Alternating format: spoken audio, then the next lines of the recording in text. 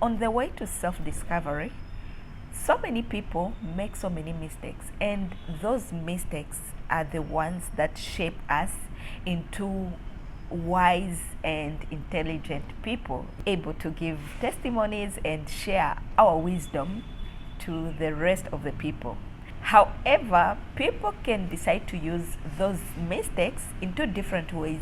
Some people decide to carry guilt and shame due to the mistakes that they made on their ways to self-discovery.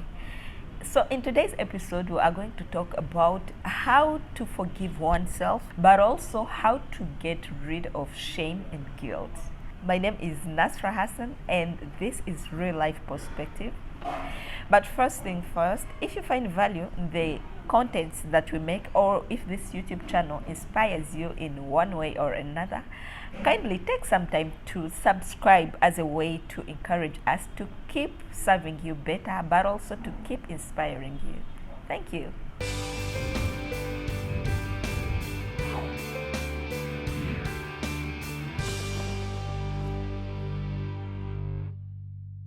Tip number one on how to forgive yourself and stop living in guilt and shame. You are going to stop making excuses. If everyone starts giving their excuses, you are going to feel like everyone is right. Actually, their excuses are valid. Yes, your excuses might be valid, but they don't matter at all. Life doesn't care that you went through what you went through. Life doesn't care that it had put you in the circumstances that you found yourself in. Life does not care that you're just an innocent child who was just figuring out life. Honestly, this is a bitter truth. Life doesn't care and people do not care. It doesn't mean that people are insensitive or people are selfish, but that's how life is. Life will put you in certain circumstances and expect you to get yourself through, because no one is coming to save you. You are going to stop self-pity. You are going to stop making excuses, because life will not say that this person has been betrayed. Yes, I know that you have been betrayed by your loved ones. I know that you had been betrayed by your family members. I know that you had been betrayed by the people that vowed to love you for the rest of their lives, but unfortunately they cheated on you with your best friend.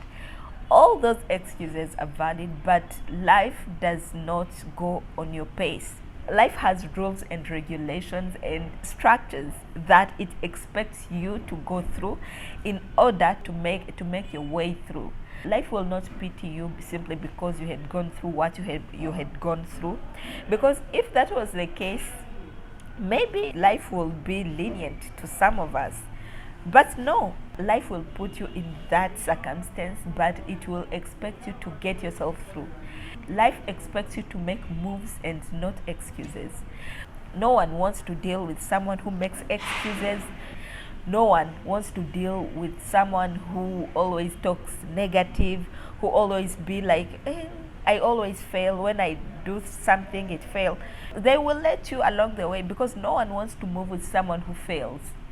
People want to see someone who is confident in themselves. People want to deal with someone who can put their head up and say, yes, I'm capable of this. People are interested in hearing someone who has fallen 99 times, but the 100th time this person has been able to pick themselves up and move and be as great as they are. That is what people want to hear. This is the bitter truth. It is incredible, but it is the truth. Life doesn't care and people don't care. So this is something that you have to put at the back of your mind. So tip number 2 on how to forgive yourself. Yes, much as I've started at a higher pace, but I want to lower it a bit and also remind you that you shouldn't self-pity, but also you shouldn't blame yourself. You shouldn't be like, maybe what happened in my life happened because I was reckless, because I was stupid, because I was an idiot, because I am a bad person. No, the problem didn't happen because of you. You have nothing to do with what happened in your life. It happened simply because it happened, because that's life. You didn't know what to do. What you did is what you knew how to do. You didn't know what you didn't know. So stop blaming yourself. There's nothing that you would have done to stop what happened. It happened, it happened. And you cannot change the fact that it's happened. But now let's talk about right now. What are you doing about it? Or what are you doing to prevent it from happening again? It means you are going to stop blaming yourself and you are going to focus more on solution rather than on problem. You are going to stop thinking about people who did this, who did help you, who did not help you. Stop blaming yourself, stop blaming other people. It didn't happen because of you, it didn't happen because of other people. It just happened because it happened. So you are going to think about what can I do right now and what are you doing about it. But also you are going to be open-minded and you are going to think of the lessons that you have learned throughout. There is always a lesson to learn, and that is what we should focus on. When something happens, think about what lesson did I learn, and this is what makes you powerful, because once you are open-minded, you collect so many lessons and you become a great person and you become of service to the world but also to yourself. And this is what you are going to focus on. Focus more on solution and focus on the lessons that you have learned. Tip number 3, be patient. One thing you have to remember is that Roma wasn't built in one day. And the problem is not going to be solved in one day. You are going to be patient. You have already figured out why this problem happened. It happened because it happened. I have nothing to do with that. And you have already learned the lessons and you are still figuring out now what should I do. It's going to take a little bit of time. It's not going to happen immediately. So you are going to be patient. You are going to note that for as long as you are doing something about it, you are at the right track. So you are not going to be like, why isn't it happening? Why is it taking so long? Yes, it might take long, but eventually it's going to happen. As long as you are doing something, know that something is happening. It might seem like nothing is happening, but as long as you have put your mind into it, just be sure that it is happening. And then number 4, which is the last but not least, take time to celebrate yourself. Look at you. See where you have come from. You have come from far. Remember where you were 5 years ago. I know that sometimes as human beings, we are so much carried by the future, by our dreams, by our ambitions, because we want to see things happening. But we forget that even where we are right now, you are where you wish to be at least 5 years ago. Think about it. And you will remember that where you are right now, there's something that is happening in your life right now that you wished some years ago it could have happened.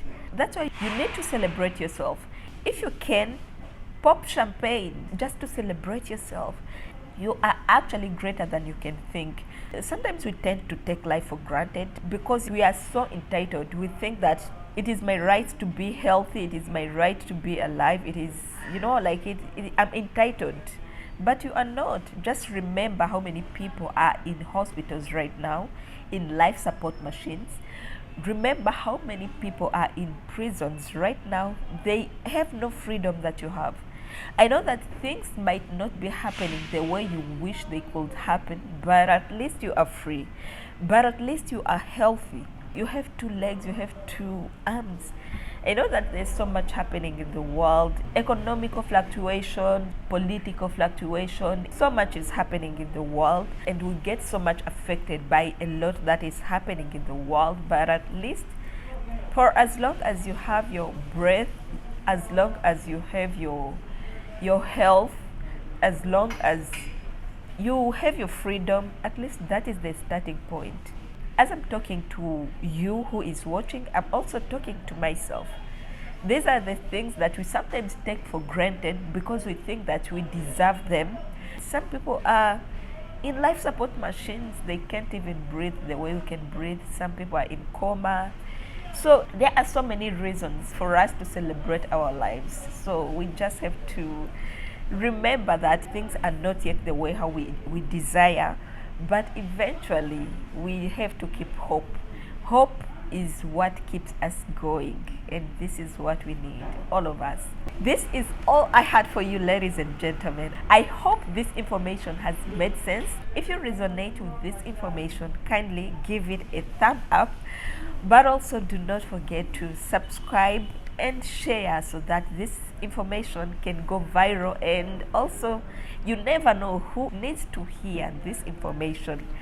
From real life perspective, we can't wait to see you in the next episode. Until then, it's a wrap. My name is Nasra Hassan. Bye, and I will see you in the next episode. Take care.